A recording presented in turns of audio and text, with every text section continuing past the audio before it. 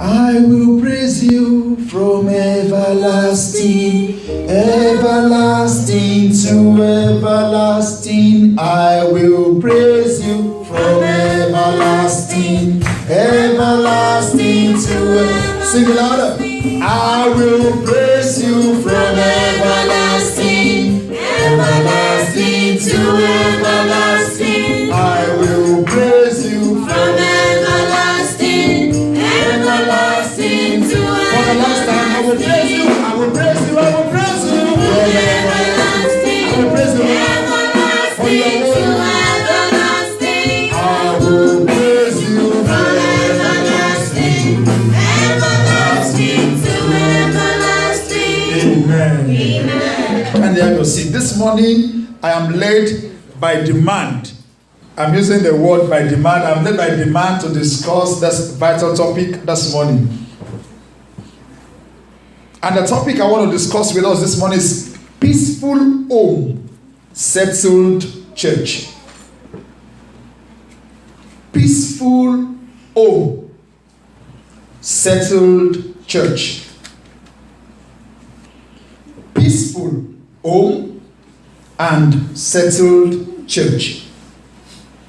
In other words, if we turn it around, to have a settled church, we need a peaceful home.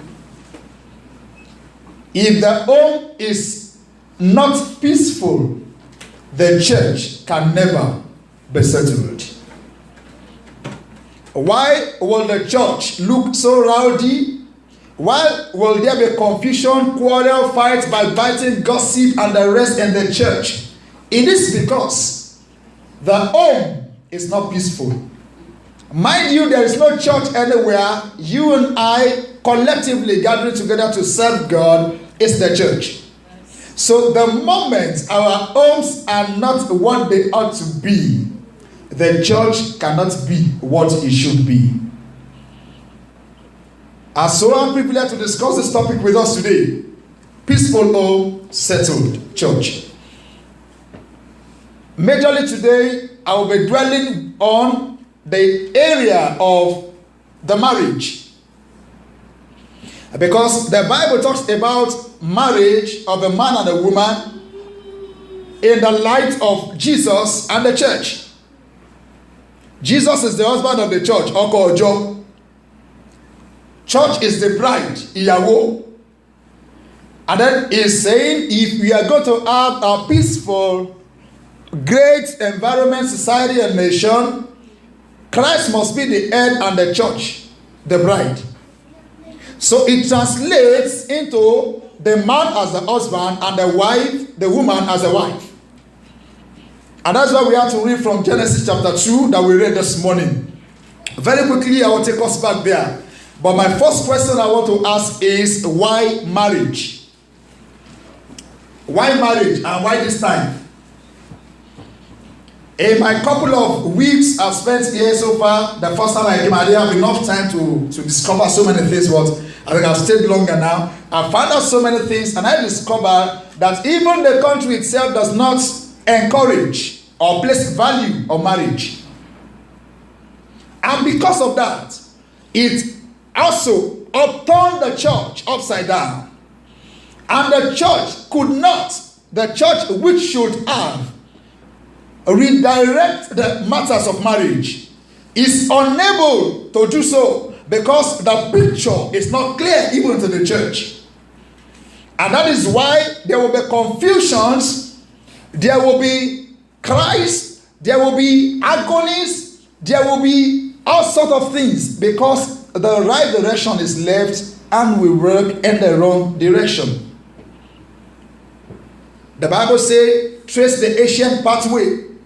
And that's why we are starting from Genesis. So the issue of marriage is God instituted. God intentionally created the issue, the matter, the institute of marriage. Can I also shock you this morning that God knew that there will be marriage before he created the man? He knew what he was going to do before he created man. And that's why in chapter 1 it says, let us make man in our image. And then he went further in verse 27, he said he made man male and female. So when we say man, when I talk about man today, I'm talking about all of us, because we are all belonging to the family of man. That is the first name. Man is a compound name, like Adam is a compound name. Now, it is necessary. I'm saying this because I know we have grandmas, we have grandpas, we have fathers who are going to become grandpas and grandma very soon. We have young ladies who are going to get married. We have young boys who are going to get married. We have those that are preparing over a matter of time. So I am talking generally to all of us, because there's no knowledge that is wasted. So God made man. He made the male of a man and made the female of a man. So man is not single, man is dual. The first thing he had to do was to make the male, because he created the garden. In verse 15 of chapter 2, it says, and God puts the man in the garden to till the ground and to work it. So God already made available the job the man will do. And after a point in time, God discovered that this man is not supposed to be alone. And then he made the female of the man, so that the completion of man would be made. And as we were reading the Bible reading again, I stood there and I was trying to look at woman. Because the man saw, this is the bone of my bone, this is the flesh of my flesh. She shall be called woman. Weakness of man. Does that sound good? No. Weakness of man. The winning of man. If a man is going to win in life, check who is by the side. If a man is going to go down the drain, check the man by the woman by side. If things will go in the way of the Lord, check the person by the side. If it will turn upside down, check the person by the side. So you can either be the weakness of that man or the winning point of that man. So you got to make the choice. So marriage is not for children bearing. I'm disturbing your theology. The reason why God created marriage is, I want to use the word is, because God is still at work, is for companionship. God wanted to give man a companion, somebody to talk to, somebody to rub shoulders with, somebody to relate with, somebody to move around with, somebody to share his mind with, somebody to help him carry out his assignments. Children are just a blessing of marriage. They are not part of the marriage. So if God has blessed me with children, it's a blessing over the marriage. And that's why Psalm 127 says, children are the heritage of God. So don't count them as part of your properties. They are not. They are God's heritage. Ọmọ ni Olúwa, ọmọ bíbí sì ni èrè rẹ̀, gẹ́gẹ́ bí ọba tí lọ́wọ́ alágbára. So they are not, and they will never be your property. They are God's property. You are blessed with them because He wants you to promote, expound the kingdom He has given to you. So if you abuse your children, you are abusing the grace and blessing of God in your life. And you're going to pay dearly for it. If you take wrong care, or abnormal care, or normal care, whatever care you give to the children, you are going to give account for it. But I'm not dealing much with the children today. I want to deal with you, the man who is the husband, and you, the woman who is the wife. So marriage is meant for companionship, to deal with loneliness. If a person is lonely, the person is finished. Loneliness can destroy you. There's a difference between being alone and being lonely. If I'm the only one in this entire auditorium, I'm alone, but I'm never lonely. But I can be among all of you now, and I'm still lonely. And that's why you see some people, they just come to a gathering, they just size themselves up somewhere, they are just there in the body, they are not there. You just see them, this image is there. But tap the person, you have to bring the person back from 30,000 feet up. What are you saying? The person is lonely, there's a problem somewhere. So to tackle the problem of loneliness, God had to make the female of man so that the man will not be lonely again. Imagine only him walking around the garden. Imagine only him with the animals. Imagine. So God said, I don't want this man to be alone. I'm going to make a helpmeet for him. Helpmeet means help that is needed at the right time that is needed.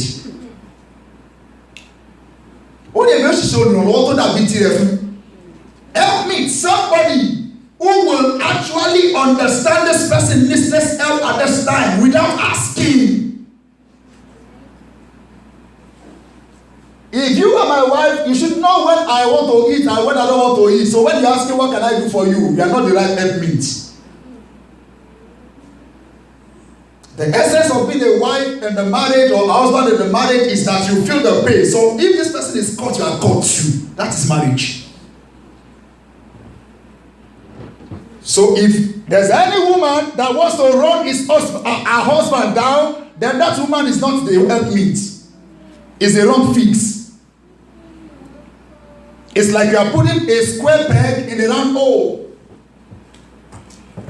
So when there's no fitness, loneliness will still remain. Many marriages today still experience loneliness. Yes or yes? Yes. Probably you know, or probably you don't know. I was sharing with the young people on Friday before we started the revival, and I said, if you see a man, he always out of home in the morning, stays late at work, from work, cross to church, after prayer, after everything, after meeting, you will still sit around. You will think he's praying. You will think he's that serious about God. It's a lie. Go check the home. Go check it. Something is wrong. What he has in his mind is, Olóògùn yẹn ló ti bàbá lé báyìí. Ó yá jẹ́ ara tẹ̀sí bí náà. Tí wọ́n á fi dé yẹ kó ti sùn. Lọ́kì kan ra yọ wọlé. Ìdájí kí tó ti jíjà ló kó lé. Something is wrong. But when you see a peaceful home where the wife is the right helpmeet, if the man is leaving work, he will forget church. I have to be at home. My wife is waiting for me at home. Even in church, he's always in hurry because he wants to go back to the helpmeet. Something is good. A man does not need to tell you he has a problem with his marriage before you know. It shows on his face. We can only pretend for a time. Our pretense is just for a time. I'm a man, I'm telling you now. We can pretend for a time, we can have artificial laugh when we get outside. But believe you me, if you see a man that is not enjoying the marriage, you will know. If you see a woman whose marriage is not at peace, you will know. Because when they talk about men, you will see the way we will fire men. Men they are mad, they are stupid. Because he's married to a madman. Because he's married to a stupid man. So he believes all men are stupid and barrier.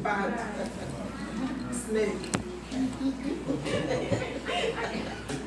You call us snake man. Thank you. Say go. I want to identify as one for snake. Thank you for the compliments.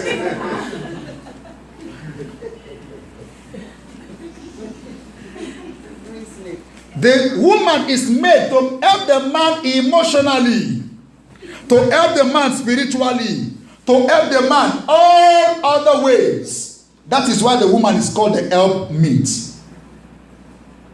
That is the original plan of God. That is why God made man in male and female. If not for that, why would he create one with contours and one with flats? Why? He knew that the man needed some mountains to climb, and that's why he had to create a mountain to be climbed.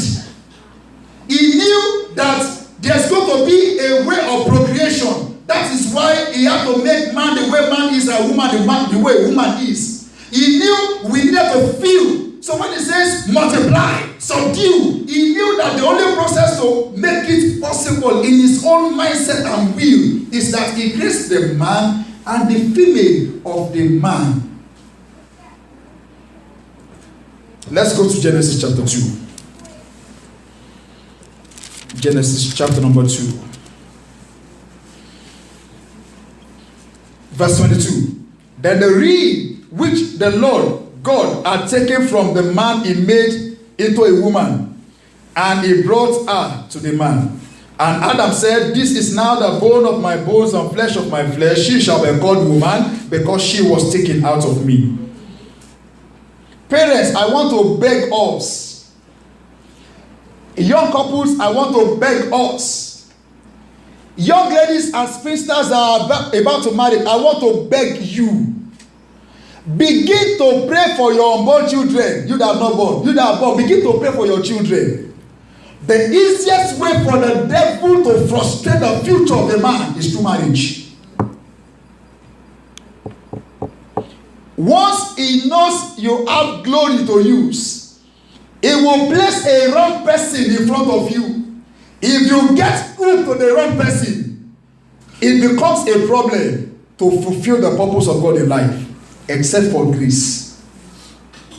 Ẹ jẹ́ ká máa fi àdúrà àwọn ọmọ wa lọ́wọ́. Àtọmọkùnrin àtọmọbìnrin, ẹ ká fi tètè bẹ̀rẹ̀ sí mo má dùn àǹsìn. Nígbà tó bá máa tọ́kù fún ọmọ mi láti fẹ́ ọkọ tàbí fẹ́ ìyàwó ló má jù sí. When it's time for my child to marry, don't let her choose wrongly or him. It is a fallacy that there's plenty of women on the surface of the earth, and then one man will have to marry 7 wives. It's a fallacy. It's a lie from the pit of hell. And some Agbagba will claim in Isaiah, Bible said, a time will come when one man, 5 women will run into one man, and then he will say, don't worry, just I will bear my name and take responsibility, just marry me. Do you know why that thing was written? Because then the Israelites were taken into captivity. They took all the men. So it was only women that were left and the children. And they brought few men from Babylon to live there. So if anybody is using that as a criteria to marry more than one wife today, the person is a problem. If anybody teaches that, it's an error against the Bible. For every man God made, there is a corresponding woman. Yo, Banila Latoroke. It's a principle. Law of gravity, abi. Whatever goes up, we do what? For every woman that God made, there is a corresponding man, the right corresponding man. But if you don't take time, you will see men. But there's men and there's man. There are men and there are husbands. There are women and there are wives. Not all women make wives. Friends, are you hearing me? Yes. Not all men make husband. Sis, are you hearing me? Yes, sir. Don't be deceived by the container. Check out the content. I'm not going to go there. We discussed that on Friday, so don't be carried away by the container. This guy is looking handsome. Wow, it's cute. Looks good. Very tall. You know, that's steady. If that is what you're looking at, I want a man that upstairs. So that I believe it. That person will be what will finish you your life inside the house. You are looking at the container. Check the contents. Guys, if you're going to get married, with our marriage, forget. Go and manage your young guys, if you're going to get married, don't look at the container. Container is a face. If you see, I used to tell people if I do marriage counseling, I said, if you want to know how beautiful the girl you want to marry is, go there very early in the morning, like 5:30 a.m. 5:30 a.m. By that time, they wouldn't have put all the foundation, the pancake and the rest. You will see some of them, the lascious, so you imagine, say I was not very. Another way to know how the future of your marriage will look like on a lighter mood. Check the mother. Check the mother. Once you see how the mother looks at 60, that is how your wife will be. So, if you think you want your wife to be like that, when, men has this, even if they are growing old, when they shave and use, they still look if you want to know how your husband will look like in the next 40 years, check the father. If the father has been like this, you are expected to walk beside a man like this next 40 years. So don't only look at the container. Go deep down, search the content before you put your head. The plan of God is to give us a good home, a good life. God wants us to smile always. But wrong choices brings about sorrow. I pray today, whatever family that is going through sorrow, the hand of God and grace will change it for us in the name of Jesus.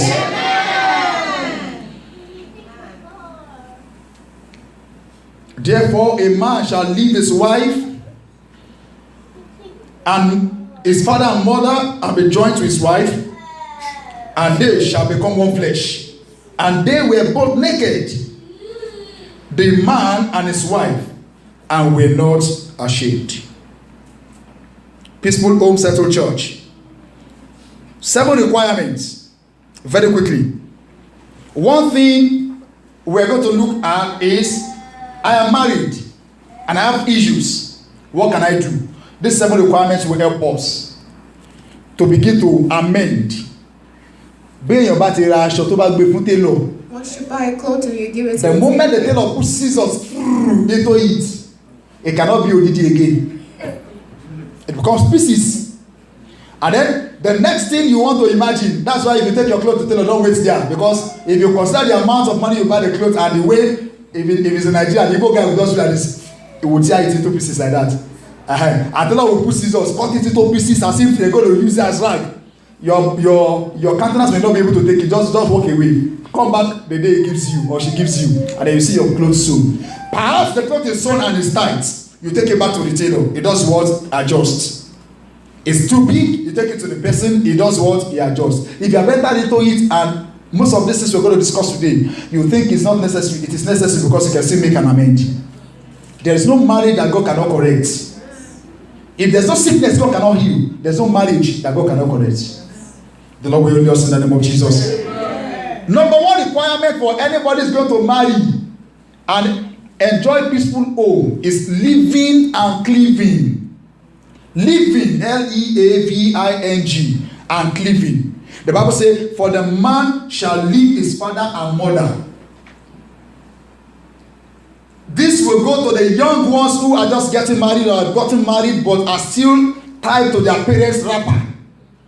It will also go to parents who are parents-in-law. Listen to me. As an in-law, you got no right to dictate what happens in your children's family. You get no right. You can play an advisory role, but you cannot dictate their lives. If you are a young man, you are married, before you do anything, let me call my daddy. You are a young woman, you are already married, before you do anything, let me call my mommy and ask my mommy if I should sleep with my husband, like we discussed in the morning. You are not ready for marriage. Better go back to your parents' home and go for a very good training. It takes time. It says, the man will live. If you don't live, you cannot cleave. Living means you are putting, daddy and mommy, you have your own family, thank you. You have brought me to this level. Let me also begin to bring my own family up in the way I want to. Parents, let me tell you this. I shared with my friends on Friday. I asked one question. I said today, for the ladies, how many of you want to marry a man like your father? Some people raised their hand, and after a few seconds, the hands came down. I asked the guys too.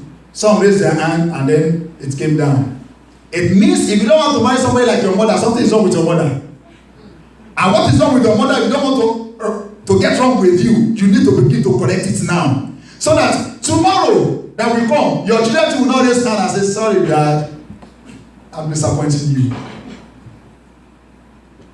It is necessary. The church runs away. The church is good in solemnizing marriages, but the church is not good in teaching the doctrine of marriage. Part of the doctrine of the church is marriage. We run away from it. I don't blame some of these babas because they don't even have peaceful homes too. So there's no way they could actually teach because it will contradict what is inside their life. But thank God that today God is raising people who could be examples to us. So leave your father and mother if you're going to get married. You must be emotionally matured. You must be able to think, take decisions, and then stand by your decisions and responsibility and consequences. If the church will not teach, parents, let us teach our children the right thing about marriage. Let them know. But before you even teach them, they are seeing what your marriage is about. So to teach them anything becomes a problem. I'm the husband, and because my wife does something, you won't see what I've given her slack, and the children are watching. So when they want to get married, I say, hey, children, you know, when you are married, you don't fight, and they look at themselves. We have had you. Because several times they have seen you fought. So how would you convince them? Because you are not living by what you want to teach. That is why many cannot discuss such issues because they are guilty. So number one requirement for marriage is living and cleaving. You must be ready to live and cleave. Jesus emphasized in Matthew chapter 19 from verse 4 to 6. Said a man will leave his father and mother and cleave to his wife, and then they will become one. In marriage, the arithmetic in marriage is 1 + 1 = S. Also okay. So if 1 + 1 is equal 1, why do we beat, molest, abuse, maltreat, misinform our spouses? That will take us to requirement number 2, nakedness. If we are one, there's nothing to hide.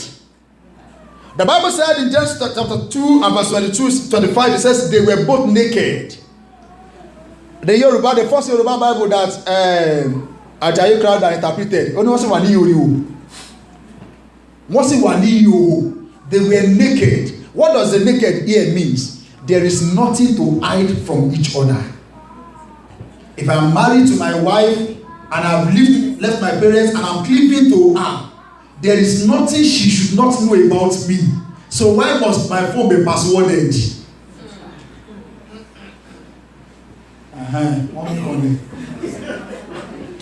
Baba say anyone? Yes. What is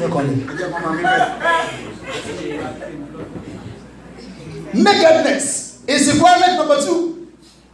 Why must my phone have password or pattern?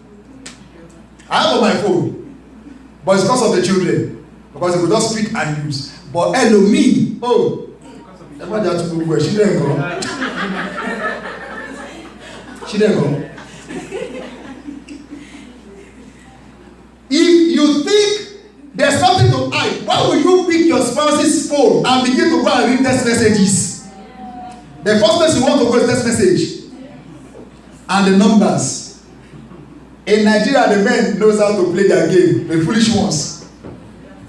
The name of a girl, they put capital. Another one, fashion designer. Another one, barber. So they already have the code. So when they come, báwo Shasha is ready. Want to code around. Because you want to be smart, they are way smarter than you.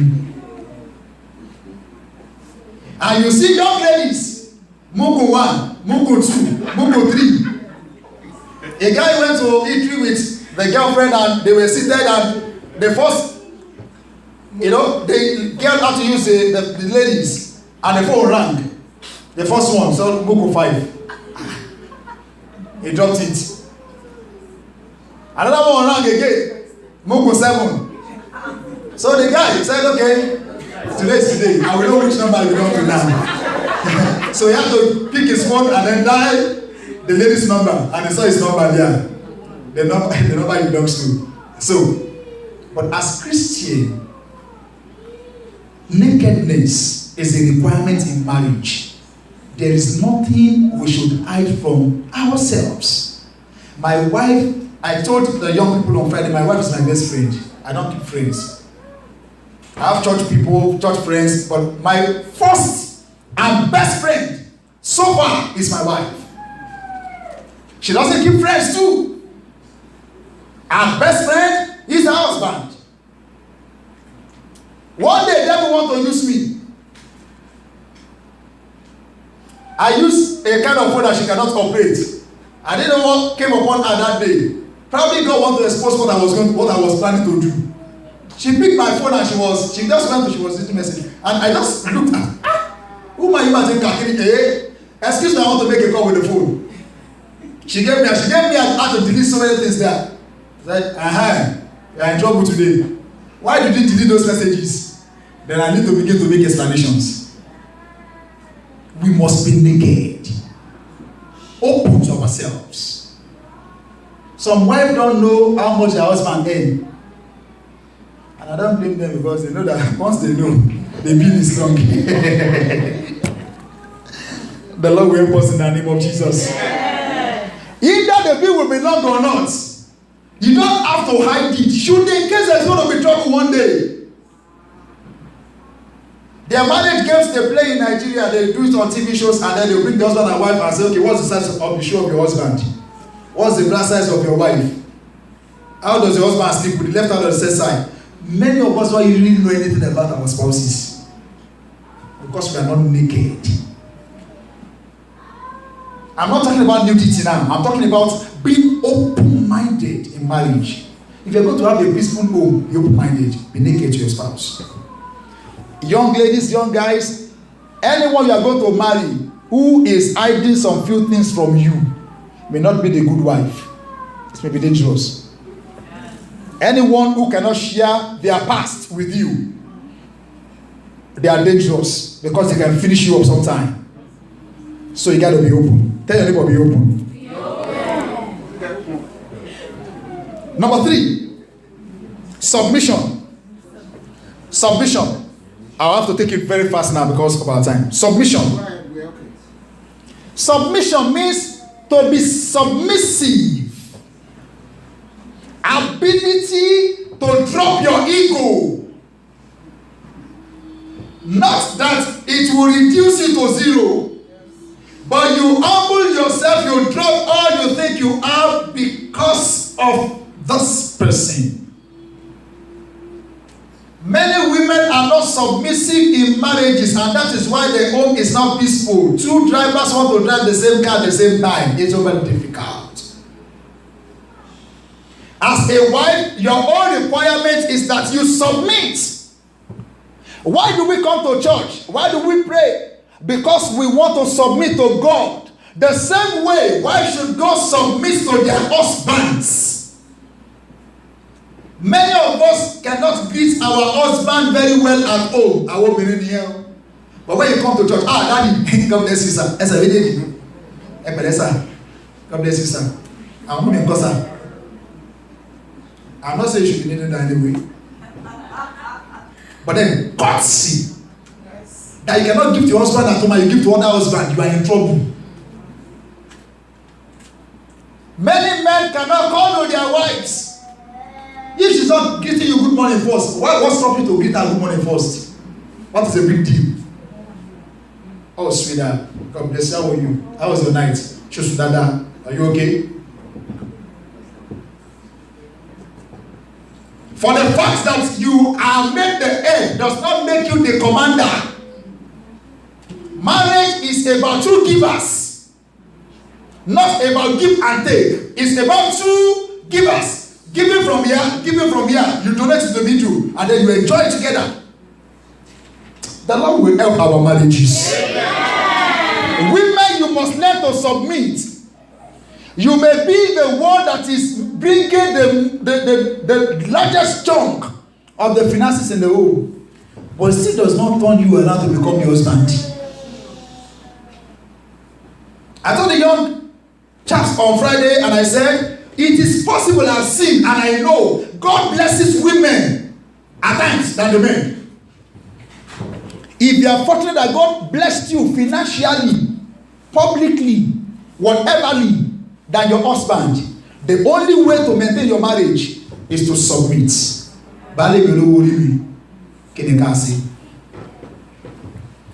Many of us are not submissive, and that's where the problem lies. That is why the husband will say 1 and you have said 10. Because you are educated too. You might even be highly educated than your husband. So the ego comes upon you, and everything you want to have the largest share. You want to dictate. When the family is going to make decision, you want to be the one making decision on behalf of your husband. Some women, you even go publicly and say what their husband did not send them to sleep. Because they feel, oh man, whatever I say is what they will take. You want to be your duty. Across the sea. Submission is a requirement to keep the marriage going.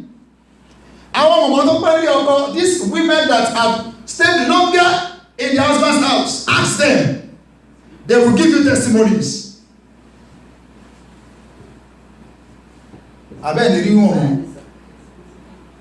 If she had not been submitting, she would not be in her husband's house today, because if you have the fair way.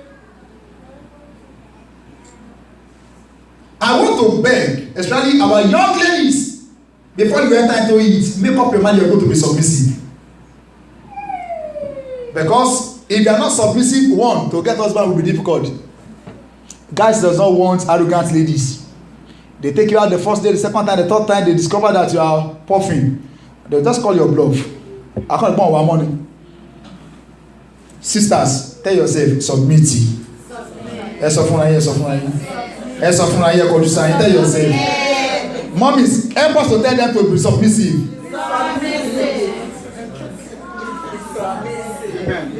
The Lord will help us in Jesus' name. Ephesians chapter 5 from verse 25 to 28 talks about that. Colossians chapter 3 verse 19 talks about women being submissive to their own husband. It says, women, wives, submit to your own husband. Ephesians 5 from 22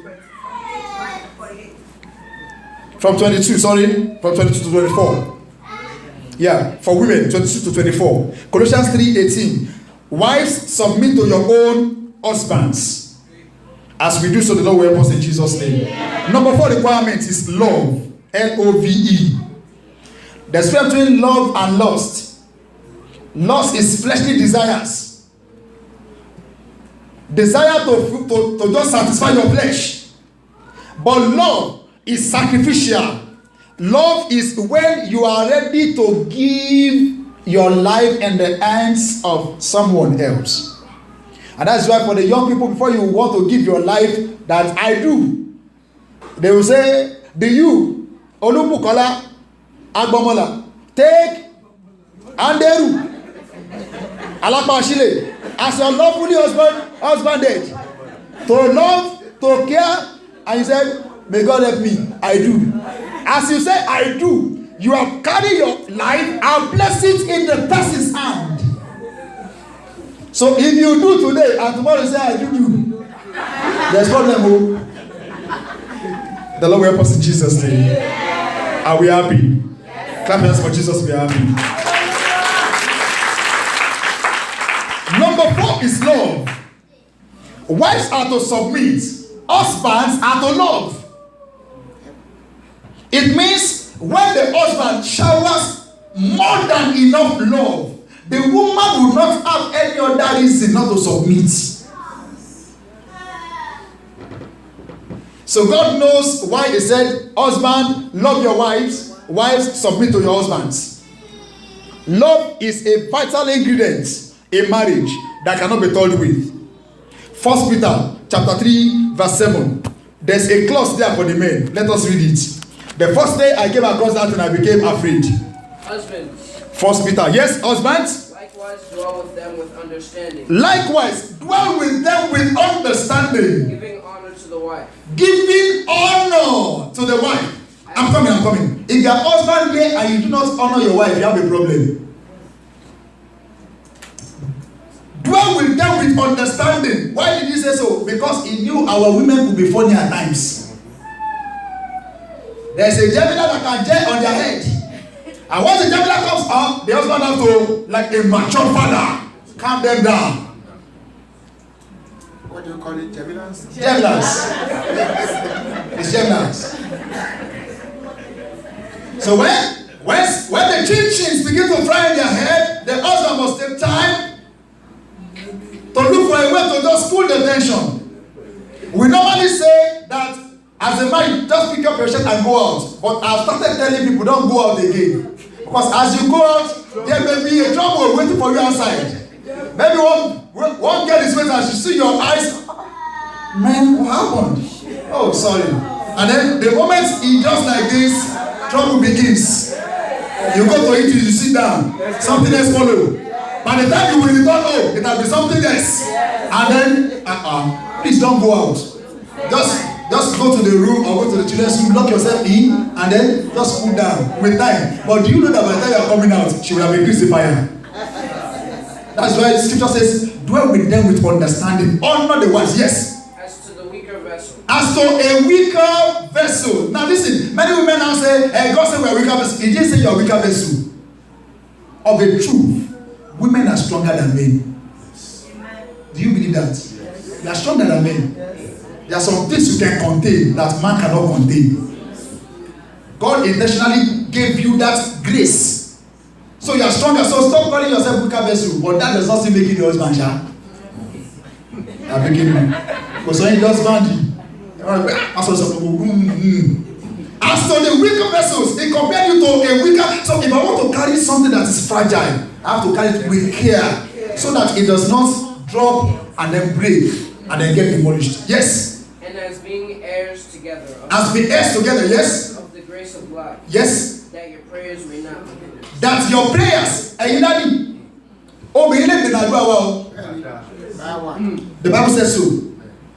That our prayers may not be hindered. It means if you get a grudge against your wife and you leave home, we're talking about in the morning, you must not sleep. It's not about sleeping. If you don't do the right thing before you left home and you come to church, your prayers will be hindered. They have that capacity. They are not doing it intentionally, but their spirits will hinder your prayer because you did not treat them with understanding, with honor, and with love. That's why love is important. Husband, say, I will love my wife. Toritonu. I will love my wife. Toritonu. Help us to say amen.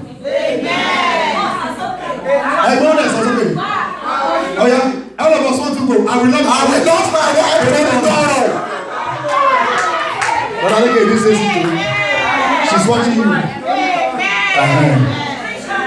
Amen. Okay, let us say it again. I will love my wife. Amen. Do you know? This is one thing I made important in my home. I make my home a playing place. We play. There are times I'll just play music and I'll be dancing. My children will sit down, my wife, and they'll be watching. And I will dance, I will enjoy myself, and all of us will laugh.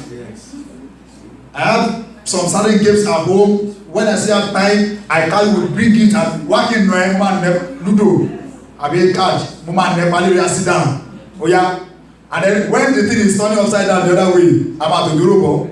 I can come on the Pamela you. I'm for Europe. If your home is lively, children that grows up in that environment will be loving. Oh, yes. They will grow up to love. They will grow up to enjoy relationship. They will grow up to understand humanity. But house that is full of we. Those children are going to become rebels. Stop breeding rebels. When you are not able to contain them again, you now bring them to church. Pastor, please help me pray for them. You left your work undone. You are asking Pastor to come and die. Who could die? The Lord will help us in Jesus' name. We need to love. Number 5 is communication. Number 5 requirement is communication. Say communication. Many times we lack communication in homes, and that is why the home is tearing apart gradually. In Genesis chapter 2, God gave Adam the instruction: out of all the trees in the garden you will eat, but the one in the center of the garden, tree of knowledge of good and evil, you shall not eat. Okay. Tosi, Anu, Biola, please come. You're behind? Come. Drop your sacks and come. Any come. I want to do something. I want all of us to watch. Intermediate. Don't mind. Just intermediate yourself. Okay, we are 6. Okay. This is what I want to do. We want to test communication. So please watch. Just you step out. Bella, step back. Step forward. Okay.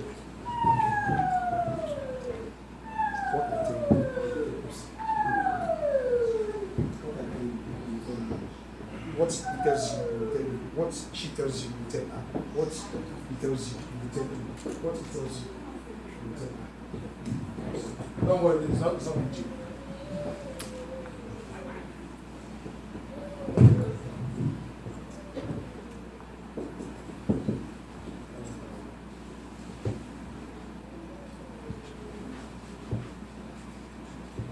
And what did I say? I love my wife.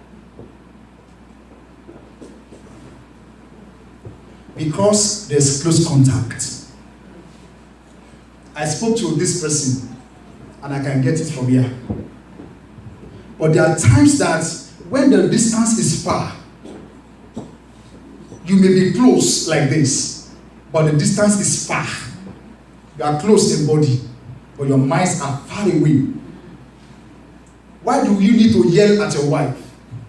It's because your mind is far away. So you are talking to her as if she is 10 miles away. That's why you have to yell. How would I be talking to her in the home next door? Is hearing me? Please go sit.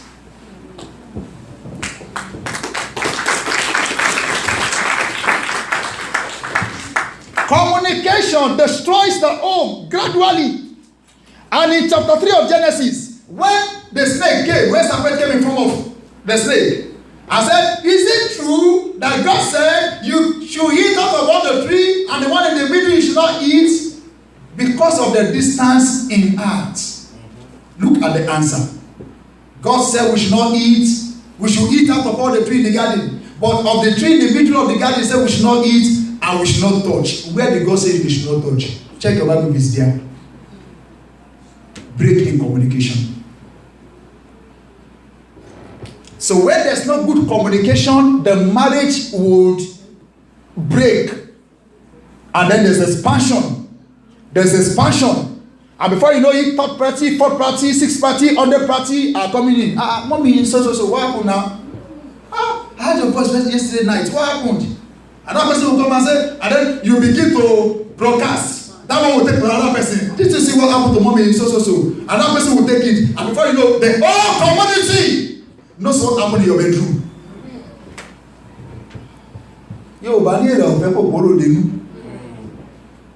Those that are not happy that they see you come out of hold your hands together, walk around the street, take a walk, do things together, that they are not happy. Now that the wall are broken, they are happy. So they will not help you mend it, they will help you expound it until the wall falls. Yes. Communication. In 2 Kings chapter 4, from verse 9 to 10, this Shunammite woman wanted to help a man of God. And what he had to do was to talk to the husband, say, my dear husband, I love you to return. You are so much. You are cute.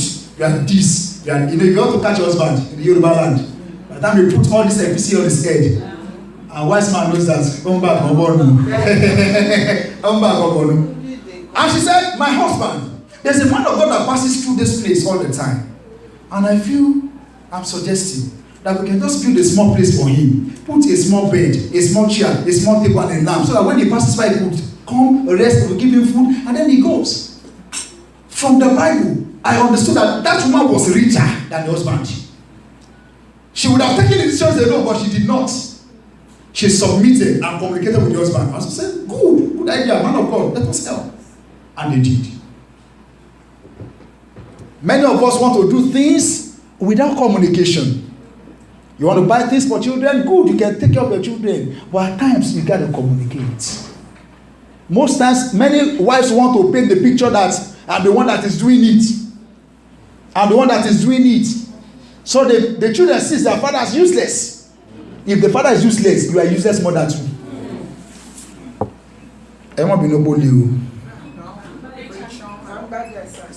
In 2 Samuel chapter 6, 2 Samuel chapter 6, and verse 20, there's a woman. She wanted to communicate a very important message to the husband, but she was very rude. You are all king. Look at how you disgrace openly in front of people. Look at how you disgrace yourself. You remove your garments and you were rolling on the floor before other slaves and common citizens of this country. You messed up. Come and fuck up. Nonsense have you done. She has a point, but not communicated. And the man said, before the God that chose me, above your father, he is the one I'm dancing, and I care less what anybody think. I'm praising my God and you're complaining. Fuck up. And the Bible says that lady never conceived till she died. She's only barren, the Bible recorded. Lack of communication. You can correct your husband, but not in a lousy way. Learn to communicate. You can correct your wife, not in a dirty way. Learn to communicate. I told Funke on Friday, I said, if my wife cooks and is salty, there's a way I communicate it. And another man will say, you know, Josh, what kind of stupid food is this? But if I want to communicate, I say, my wife. Fantastic. I trust you just bought this pack of salt.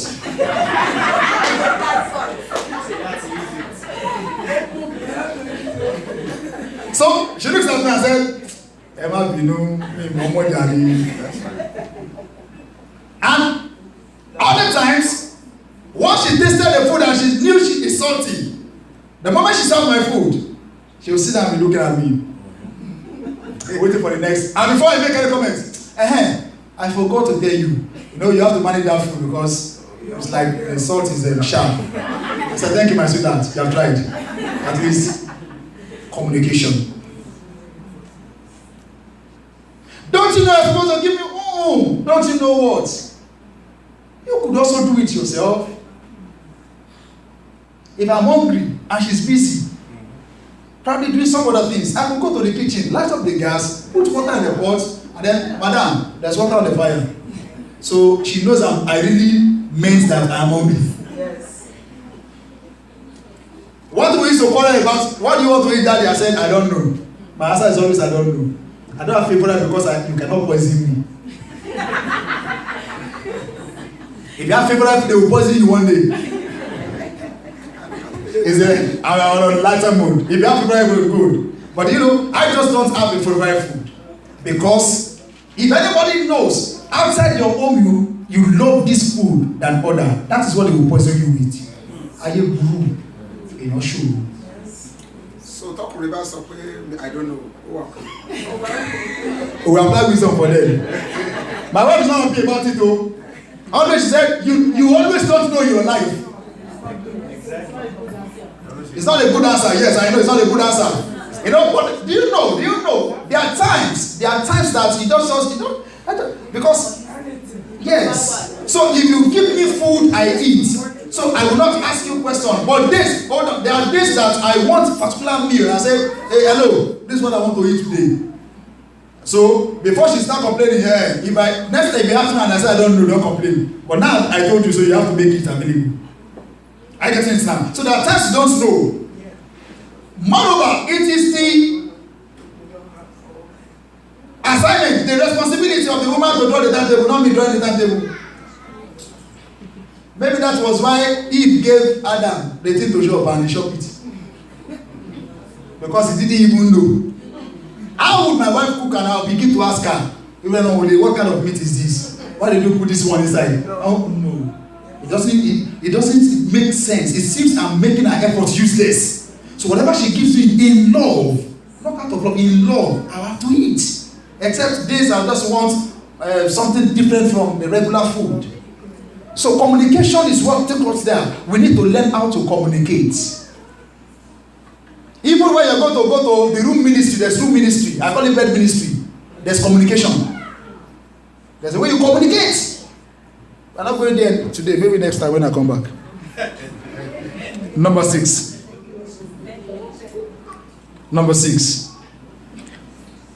Pray together. Pray together. When we pray together as husband and wife, we're able to break some certain grounds. When we pray together, we're able to communicate in spirit. Our marriage is not just body marriage. There's a spiritual attachment to each other. So we need to pray for ourselves from time to time. Even when you are not around, you should be praying for your spouse. Your spouse is praying for you.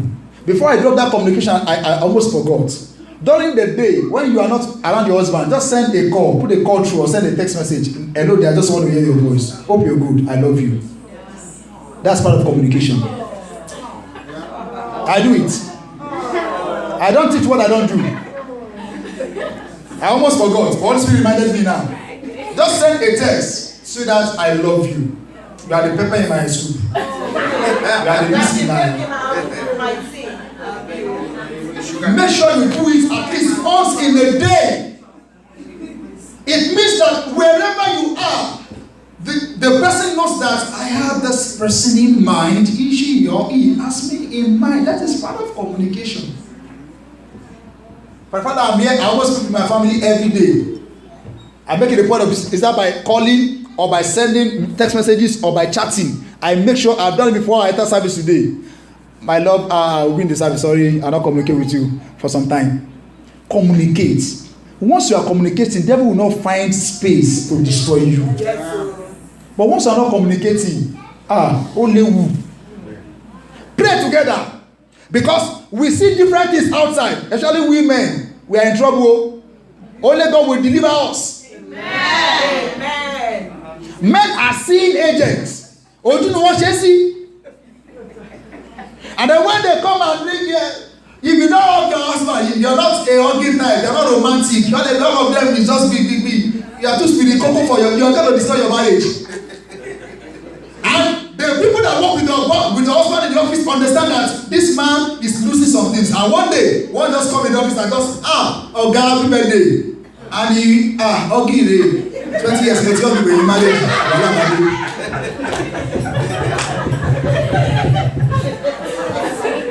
So please, let us learn to do it. Pray together. 1 Corinthians chapter 7 verse 5. 1 Corinthians 7:5, it says, except you want to pray together, you must always be together. So there's no timetable for meeting your husband or meeting your wife. 2 Thessalonians 5:17 says, pray without ceasing. We can hold our marriage together by praying. If you are not praying tight, it is dangerous. Devil will not snatch our homes away from us in the name of Jesus. Number 7 requirement is sacrifice. Somebody say sacrifice. Sacrifice. Proverbs chapter 14 verse 1. It said, a wise woman builds her home, but the foolish scatter it. A wise woman will make sacrifice to keep the home going. A wise husband will give all it takes to make the home going. We must be sacrificial for ourselves. Without being sacrificial, we may not be able to contain our marriage. I pray in the name of Jesus that all we need to do to keep our homes, God will grant us the grace in the name of Jesus. Wives make the home, husbands lead the home. Wives makes the home, husband lead the home. Each husband here is a pastor of his family. Each wife here is the assistant pastor of the family. The member of the church are the children in the family. So if that's why I said peaceful home, settled church. If your small church at home is not peaceful, you will bring your problem to the church and scatter the peace of the church. That is why people will come to church, they will be gossiping. If you see what my husband did to me yesterday, if you see what my wife did in the church, it's because your small church is not functional. The Lord will help us in Jesus' name. I want to close by Ephesians chapter 4. Some Ecclesiastes. Ecclesiastes chapter 4. Ecclesiastes chapter 4 from verse 9. And then we'll pray. Two are better than one. Two are better than one. Because they have a good reward for their labor. Because they have good reward for their labor. The two, that's the husband and wife. Read on. For if they fall, If one fall, one will lift up his companion. the other will have to lift up the other. But woe to him who is alone when Woe beyond the person that is alone. When he falls, somebody helps him or her. Yes. for he has no one to help him up. Read on. We're going to 11. Again, if two lie down together, If two lie down together, they will keep warm. they will be warm. Especially in this kind of when two lie down together, do you know that the warmth that two will give you, complete clothes will not give you?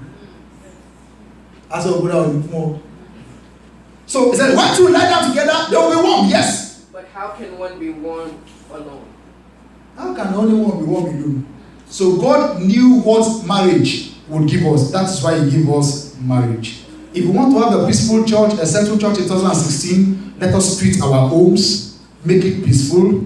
You are the pastor of your house as a man. The wife is the assistant pastor. You children, you are the members of the church. You are also going to grow up to become pastors of your own homes and assistant pastors too. So whatever you have learned today goes a long way to help your future marriage. I pray for all of us that the kind of marriage that God has in mind for us will be the marriage we find ourselves in the name of Jesus. Rise on your feet.